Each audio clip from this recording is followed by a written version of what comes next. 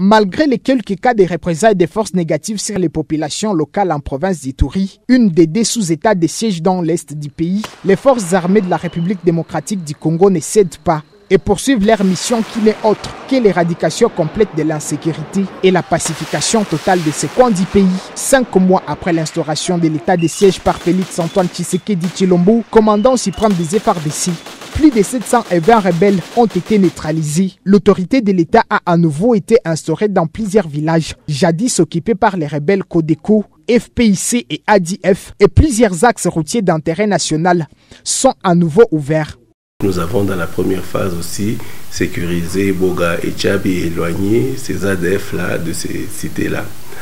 Alors, en même temps, évidemment, s'éloignant de ces deux cités dont j'ai parlé, ils se sont un peu reversés sur la RN4 où nous avons aussi entrepris des activités jusqu'à ce jour, des opérations jusqu'à ce jour. Donc, ça c'est la première phase. La deuxième phase, il fallait poursuivre l'ennemi dans son retranchement.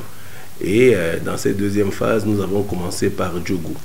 Et à Djougou, nous avons récupéré, en plus des bastions que nous avions récupérés dans la première phase, notamment Kobu, même toute Iga Barrière, Mongwalu. Donc, nous avons poursuivi l'ennemi dans son retranchement et nous sommes allés au-delà, nous sommes arrivés à Lipri, à Nyangaray et tout. Reconnaissant qu'il reste encore du travail à faire en dépit de cette prouesse dont fait montre l'armée régulière sur terrain, le lieutenant-général Luboyaka Chamadjoni, patron de l'administration militaire en Ituri, appelle ses administrés à un dernier sacrifice et une collaboration qu'il souhaite franche avec les forces armées de la République démocratique du Congo afin d'atteindre les objectifs préalablement définis. Je demande encore de faire un effort peut-être pour l'état de siège qui fera peut-être 6 mois, 9 mois, je ne sais pas moi, de faire un effort pour que plus jamais on ne parle plus de cette guerre, pour que ça soit vraiment dans le passé et que on puisse vraiment avancer. Donc c'est un petit sacrifice que je peux demander à ce peuple-là. Je crois qu'on lui a beaucoup demandé, mais un dernier sacrifice, nous accompagner, nous donner les informations pour qu'on en finisse une fois pour toutes. Je crois que c'est une des grandes opportunités qu'on a données, l'état de siège.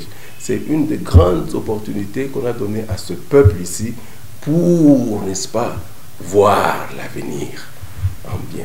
Pour rappel, c'est depuis le mois de mai dernier que le président Félix Antoine Tshisekedi Tshilombo a décrété le régime exceptionnel de l'état de siège en Ituri et au Nord Kivu pour lutter contre l'activisme des groupes armés nationaux et étrangers dont sont à proie les populations civiles de ce coin du pays. Depuis plus de 2 décennies, depuis Bunia en Ituri, je suis Eline Tsongo pour EDTV.